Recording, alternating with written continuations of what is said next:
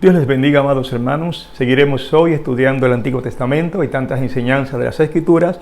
Vamos a hablar hoy de las ofrendas que fueron dejadas en el Antiguo Pacto, donde veremos las enseñanzas espirituales y los valores que tienen para hoy día en cuanto a nuestra vida espiritual. Para eso vamos a pedir a Dios en oración que nos dirija y que nos ayude. Amado Padre Celestial, te bendigo en esta hora y te pido sabiduría, entendimiento y gracia para poder estudiar las Escrituras conjuntamente con todos aquellos que oyen. Te pido que les abras su entendimiento, que puedan comprender tu perfecta voluntad en cuanto a cómo servirte y cómo agradarte. Te lo pido, Padre, a ti en el nombre de Jesús. Amén. En el Antiguo Testamento hubo 5 ofrendas. Las 5 ofrendas vamos a mencionarlas rápidamente y vamos luego a hablar en detalles de cada una de ellas. La primera ofrenda, y fue la más antigua, se llamó holocausto. La segunda ofrenda era la ofrenda de los granos o del cereal. La tercera ofrenda era la ofrenda de paz. La cuarta ofrenda era la ofrenda por el pecado. Y la quinta ofrenda era la ofrenda por la culpa o la ofrenda expiatoria. Hay que recordar que la primera ofrenda, el holocausto, fue algo que desde Génesis capítulo 3, ya Abel comenzó a darle a Dios como sacrificio voluntario de acción de gracias. Y hay que decir entonces que el holocausto fue la más antigua de todas y que además entonces fue solamente puesta en orden cuando Moisés recibe la ley de parte de Dios. Se organizó la adoración a Dios. Antes de que Moisés recibiera de parte de Dios instrucciones, la adoración era espontánea, la adoración no tenía un orden escritural. Más sin embargo, luego que Dios le habló a Moisés para edificar el tabernáculo y organizar el sacerdocio, entonces Dios le dijo al pueblo cómo Él quería ser servido, de qué manera nos íbamos a acercar a Él. Pero hay que entender que todo aquello, y lo hemos leído muchas veces y lo voy a volver a repetir, todo aquello era simplemente medios y símbolos y figuras que nos fueran enseñando sobre Jesús, su venida, su muerte redentora y cómo relacionarnos con Dios. Todo aquello, repito, era sombra, no era lo verdadero. Ustedes saben que una sombra jamás da los detalles reales de aquello que proyecta la sombra. Por ejemplo, si usted camina, la sombra suya en la pared o en el piso no puede dar detalles de quién es usted. No es en colores, es blanco y negro, tampoco tiene los detalles de color de sus ojos, tampoco tiene los detalles de su rostro, ni qué ropa está usando, ni el tipo. Quiere decir que como símbolo nos da una ilustración que es algo, pero no tan perfecta. Así es que el Antiguo Testamento no nos mostraba lo perfecto, solo nos mostraba el camino que habríamos de recibir cuando Jesús, nuestro Señor, muriera por nosotros. Ofrendas del Antiguo Testamento. En el capítulo 1 de Levítico, vamos a mirar de Levítico capítulo 1 hasta el capítulo 5, aunque no leeré todos los capítulos, leeremos algunas partes, ya que los primeros 4 o 5 versículos de cada capítulo nos van a introducir a los diferentes tipos de ofrenda. Por ejemplo, cuando leo Levítico 1, 3 al 5, voy a hablar de el holocausto. Dice así las Escrituras: si su ofrenda fuera holocausto vacuno, macho sin defecto, lo ofrecerá. De su voluntad lo ofrecerá a la puerta del tabernáculo de reunión delante de Jehová. Y pondrá su mano sobre la cabeza del holocausto y será aceptado para expiación suya. Miren bien, el que va a hacer la ofrenda de holocausto, esa persona iba a traer de su voluntad, no era obligatorio. El holocausto nunca fue obligatorio, el holocausto fue simplemente el deseo de la persona agradar a Dios y consagrarse a Él y mostrar cuánto le amaba y cuán agradecido estaba de las bendiciones que había recibido. Así es que ya habíamos hablado de que Abel ofreció un excelente sacrificio, un mejor sacrificio que Caín. Era una cuestión de amor y era una cuestión de sentimientos hacia Dios. Así que el holocausto nunca, jamás fue obligatorio. De hecho, de las 5 ofrendas, solamente 2 eran obligatorias, que era la del pecado y la de la culpa. Pero las 3 primeras ofrendas eran completamente voluntarias. Dios no estaba exigiendo absolutamente nada. Era algo libre de cada persona darle a Dios esta forma de adoración. ¿Qué hacía la persona cuando traía su holocausto? La persona traía el holocausto a la puerta del tabernáculo de reunión y luego ponía su mano sobre la cabeza del holocausto. Y entonces, dice el verso 5, degollará el becerro en la presencia de Jehová, y los sacerdotes, hijos de Aarón, ofrecerán la sangre y la rociarán alrededor de sobre el altar, el cual está a la puerta del tabernáculo de reunión. Ya sabemos que todas las ofrendas eran el altar de la ofrenda, que esas ofrendas se hacían no dentro del lugar santo, porque allí en el lugar santo ya sabemos que estaba la mesa de los panes de la proposición, sabemos que estaba el candelabro y sabemos también que estaba el altar del incienso. Pero antes de entrar a ese lugar, entonces ya habíamos visto que estaba el altar de las ofrendas. Ahora noten bien, quien degollaba la ofrenda no era el sacerdote, era quien traía la ofrenda. Quien ponía las manos sobre la ofrenda no era el sacerdote, era el que traía la ofrenda. Imagínense ustedes traer su becerro o traer su oveja perfecta y usted poner las manos sobre ese animal y coger una daga y cortarle el cuello. Era quitarle la vida a ese animal perfecto que usted trajo. Y en ese momento que usted estaba quitándole la vida, usted estaba sintiendo que estaba quitándole la vida a algo inocente. El animal era inocente, usted era el culpable. Pero además, esa sangre derramada iba anunciando que el pecado es algo muy serio y que cuando ofrendamos a Dios por nuestra condición, en ese caso en el Antiguo Testamento, la gente entendía que le debía a Dios por causa de sus pecados. La Biblia dice que no hay hombre sobre la tierra justo y que nunca peque. Los hombres de Dios sabían y entendían la carga de su pecado y su responsabilidad espiritual. Así es que traían esa ofrenda, ese holocausto, y el holocausto se quemaba entero. Ese era un olor que subía, el humo se veía y no quedaba absolutamente nada sobre el altar. De hecho, es interesante que todos los días había que hacer holocaustos. No hablo ahora de la persona que iba a llevar el holocausto. Hablo de que los sacerdotes tenían la obligación y la instrucción de que 2 veces al día tenían que hacer un holocausto. En Levítico capítulo 6, versículo 8 dice: habló aún Jehová a Moisés diciendo: manda a Aarón y a sus hijos y diles: esta es la ley del holocausto. El holocausto estará sobre el fuego encendido sobre el altar toda la noche hasta la mañana. El fuego del altar arderá en él. Y el sacerdote se pondrá su vestidura de lino y vestirá calzoncillos de lino sobre su cuerpo. Y cuando el fuego hubiere consumido el holocausto, apartará él las cenizas de sobre el altar y las pondrá junto al altar.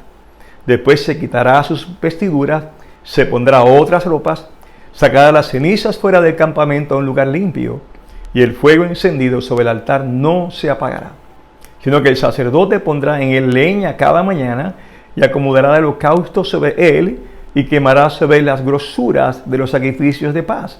El fuego arderá continuamente en el altar, no se apagará. Es interesante, en la mañana y en la tarde había un holocausto, siempre. Era una ley, era la ley del holocausto. Repito, aparte de que alguien quisiera ofrendar un holocausto, que en ese caso lo traía voluntariamente, había una ley para que siempre hubiese un holocausto. Las cenizas caían y dice la historia hebrea que cuando la última ceniza caía del altar a la tierra, sonaban unas trompetas y el sacerdote decía: consumado es. Y es una referencia profética hermosa, preciosa, porque Jesús, cuando estaba en el altar de la cruz, dijimos que la cruz era un altar. Cuando estaba en ese altar de la cruz, Él mismo ofreciéndose por nuestros pecados, Él dijo: consumado es. Cuando la ceniza de su vida llegó al final, Él dijo, consumado es. Y esas palabras tuvieron que ser comprendidas perfectamente por algunos de los judíos, de los hebreos que estaban allí, de los israelitas que estaban allí. Tuvieron que entender de alguna manera que Jesús era y es el Cordero inmolado de Dios. Holocausto simbolizaba una ofrenda no solo por el pecado, sino también por agradecimiento, y era una entrega, era un quemarse entero, significaba que era una vida completamente consagrada a Dios. Todo para Dios. No quedaba nada de la ofrenda porque todo era para Dios. La segunda ofrenda era la ofrenda del grano. Y la ofrenda del grano era acción de gracias usualmente por la cosecha. Era la única ofrenda donde no había la muerte de algún animal. Era simplemente harina mezclada con sal, mezclada con aceite e incienso. Lo interesante era que cuando usted quemaba esa ofrenda, parte era para los sacerdotes. Usted la entregaba como agradecimiento, reconociendo que Dios era quien daba la cosecha, el grano y el fruto. Era una acción de gracias porque toda la bendición y todo el sostenimiento venía de parte de Dios. Era un reconocimiento que nuestro esfuerzo sin la bendición de Dios no nos lleva a ningún sitio. Solo Dios nos bendice, solo Dios nos prospera, solo Dios nos ayuda. La tercera ofrenda, que está en Levítico capítulo 3, la anterior, usted la lee en Levítico capítulo 2, versículo desde el 1 al 14. Pero la tercera ofrenda, que está en Levítico capítulo 3, era la ofrenda de paz. Y la ofrenda de paz era muy interesante porque en esa ofrenda de paz te traía el animal, el cordero, o el carnero, y no se quemaba como el holocausto completamente. Se parecía mucho, ponía las manos sobre el cordero, usted degollaba el cordero, pero no se quemaba toda, sino que partes de la carne se quedaban para que el sacerdote la consumiera y la otra parte era para que la consumiera el que la estaba ofrendando. ¿Por qué? Simplemente porque esta ofrenda de paz significa comunión, asociación. Todo está en orden. Nuestros pecados han sido perdonados. Y de hecho, cuando habían varias ofrendas en el día, la primera ofrenda era siempre la de expiación. Y la otra ofrenda era entonces una ofrenda de paz. Eran tres. Primero, expiación. Segundo, holocausto. Y tercero, la ofrenda de paz. Y esto es una orden que nos acordamos entonces que en el Nuevo Testamento, antes de darle a Dios un holocausto que le agrade a Dios, una ofrenda, debemos resolver primero el pecado. Una vez que el pecado ha sido resuelto, una vez que hemos sido limpios de nuestro pecado, entonces vamos a Dios en holocausto para servirle. Y finalmente, la ofrenda de paz no es otra cosa que comunión. Nos sentamos a la mesa. Nos sentamos a la mesa a compartir. Sentarse a la mesa significa que hay paz, no hay enemistad. Así es que la ofrenda de paz significaba, hemos resuelto nuestro problema con Dios. Estamos celebrando y por eso nos sentamos. El sacerdote celebra la casa que ha ofrendado, porque tengo paz para con Dios. Es interesante porque en el Nuevo Testamento se habla mucho de la comunión y cómo la iglesia en sus principios, dice la Biblia que estaban juntos, oraban juntos, e incluso participaban en el pan los unos a los otros. Todo eso era simplemente, en el Antiguo Testamento, símbolo y tipo de lo que sería en el Nuevo Testamento cuando el Señor viniera. La cuarta ofrenda es la ofrenda, o era la ofrenda por el pecado. Y la quinta era la ofrenda por la culpa. Le voy a explicar por qué las dos las menciono inmediatamente. Las primeras dos ofrendas, estas eran completamente obligatorias. Las primeras tres que hablamos eran voluntarias, pero la ofrenda por el pecado era completamente obligatoria, era expiar. Y la segunda ofrenda, la ofrenda por la culpa, igualmente era parecida a la anterior para el pecado, pero la diferencia era que la ofrenda por el pecado se ofrendaba para que Dios perdonara los pecados que se hacían por yerro, pecados que las personas no estaban conscientes de que lo habían hecho. Pero la ofrenda por la culpa era una ofrenda que estaba acompañada por una restitución.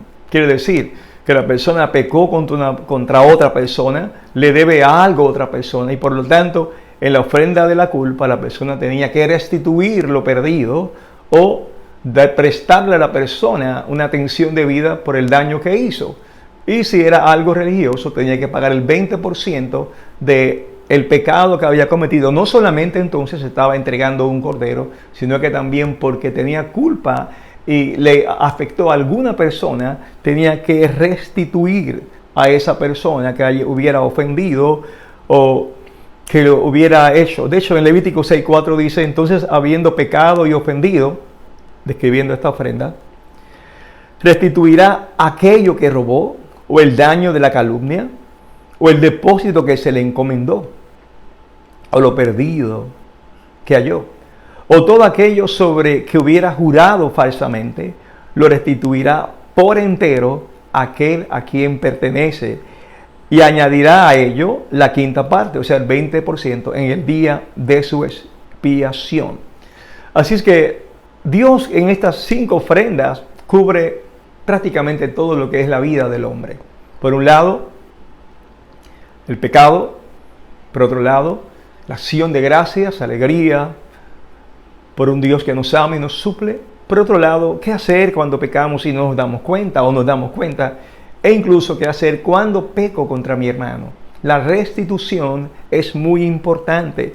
Dios, un Dios de justicia, sabía que si usted pecaba calumniando o pecaba haciendo algo malo contra alguno, quitándole lo que no es su propiedad, o si usted había falsamente jurado para hacerle daño a otra persona, usted tenía que restituir lo que hizo. Restituir, pagar por lo que hizo. Así que no era solamente pedirle a Dios perdón, sino usted también tenía que arreglar con su hermano, arreglar con una persona a quien usted ofendió. Mucha gente a veces cuando comete un error le dice a Dios: Dios, perdóname porque he pecado con mi hermano, pero no va y restituye. Usted tiene que restituir, es un principio bíblico.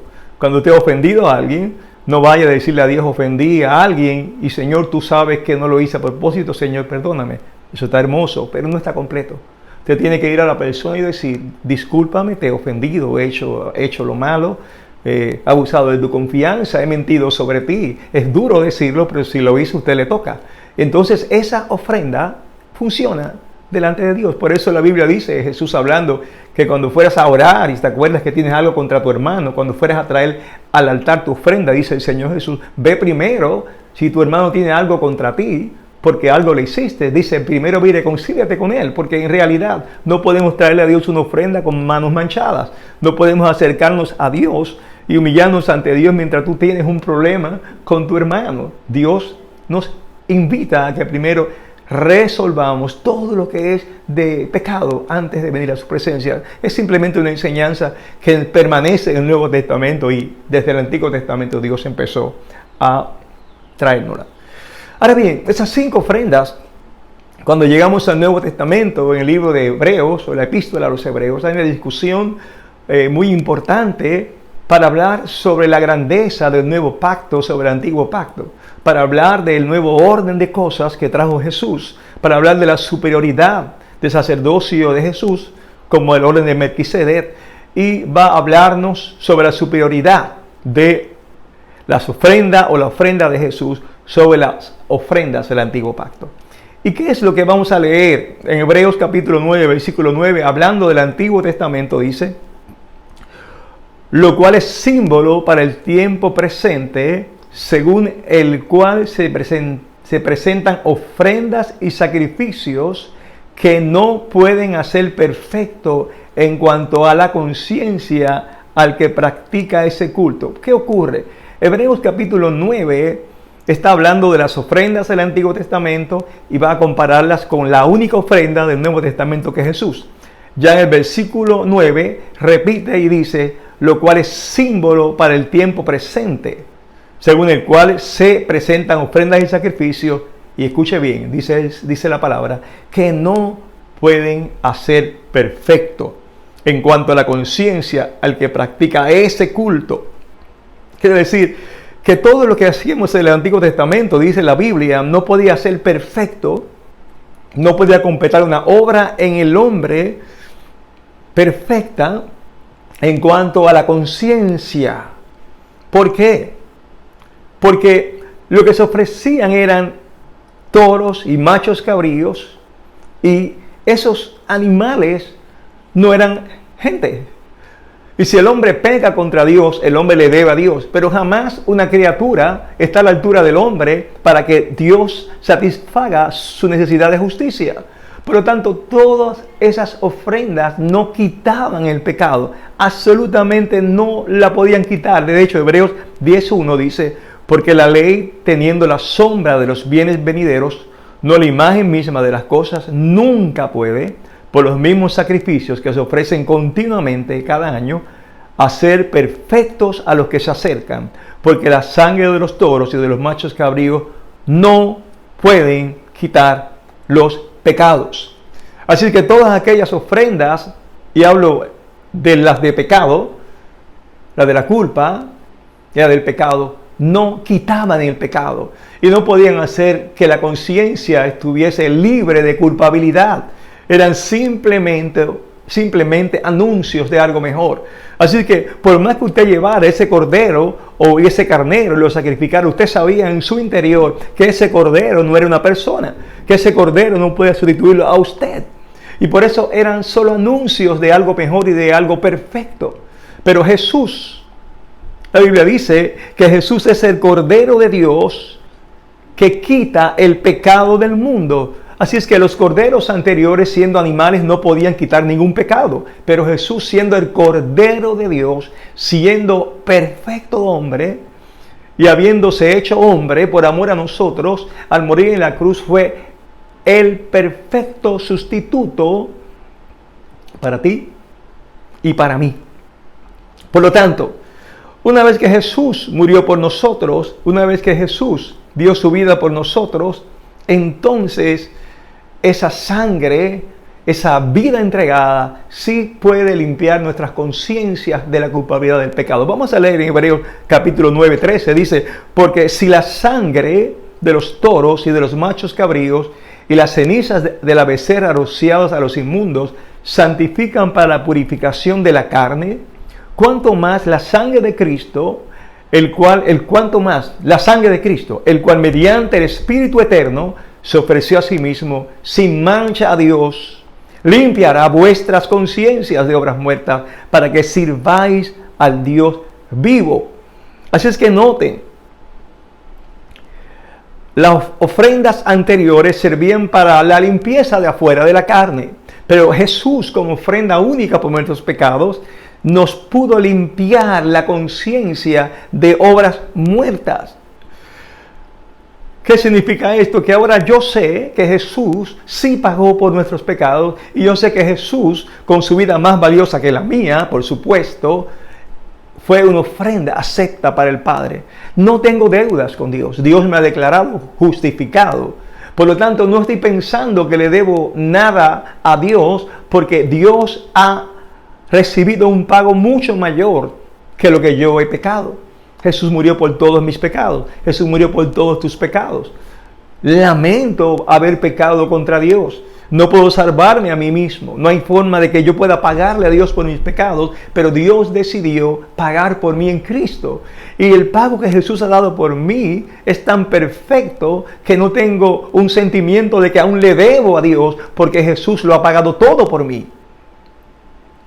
No sé si usted ha tenido la experiencia de que le debe a alguna persona algún favor, o alguien se lo ha tratado tan bien que usted siempre piensa, no sé cómo poder pagar de vuelta lo que ha hecho por mí tal o cual persona. Y siempre tiene usted en la mente la conciencia de cómo que le debe algo.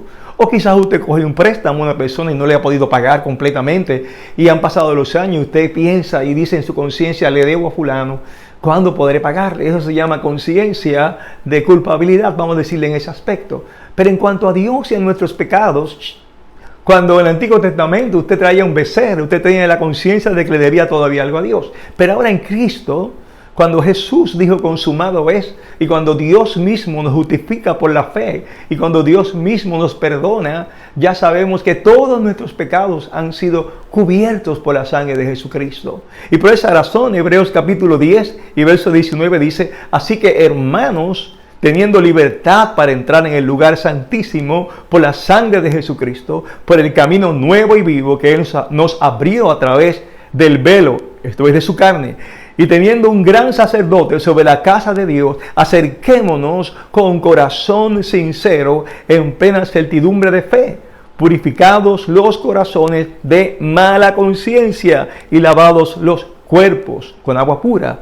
Mantengamos firme sin fluctuar la profesión de nuestra esperanza, porque fiel es el que prometió. Así es que Él cuando muere, cuando nos purifica, nos libra de la mala conciencia. Ya no tenemos que tener esa tremenda preocupación por nuestras vidas, porque ya Dios recibió el pago.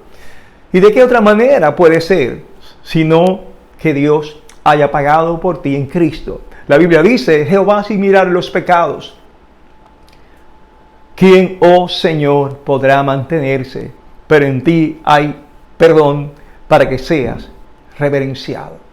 No hay forma en que pudiéramos servirle a Dios si no fuera porque Jesús fue ese cordero entregado por ti y por mí. Y por esa razón, dice las Escrituras, que en Él hay perdón y que debemos adorarle y reverenciarle. Y al mirar esas 5 ofrendas nos damos cuenta de qué nos queda hoy. Ya sabemos que la ofrenda por el pecado y la ofrenda por la culpa, todo eso fue eliminado en la cruz. Quiere decir que lo que era obligado ya nos fue quitado por Cristo. Él murió en tu lugar. Pero las 3 ofrendas que quedan, aunque no las hacemos en la manera y en la forma del Antiguo Testamento, todavía son parte de nuestro corazón. Porque las 3 primeras ofrendas son las ofrendas que tú das de forma voluntaria.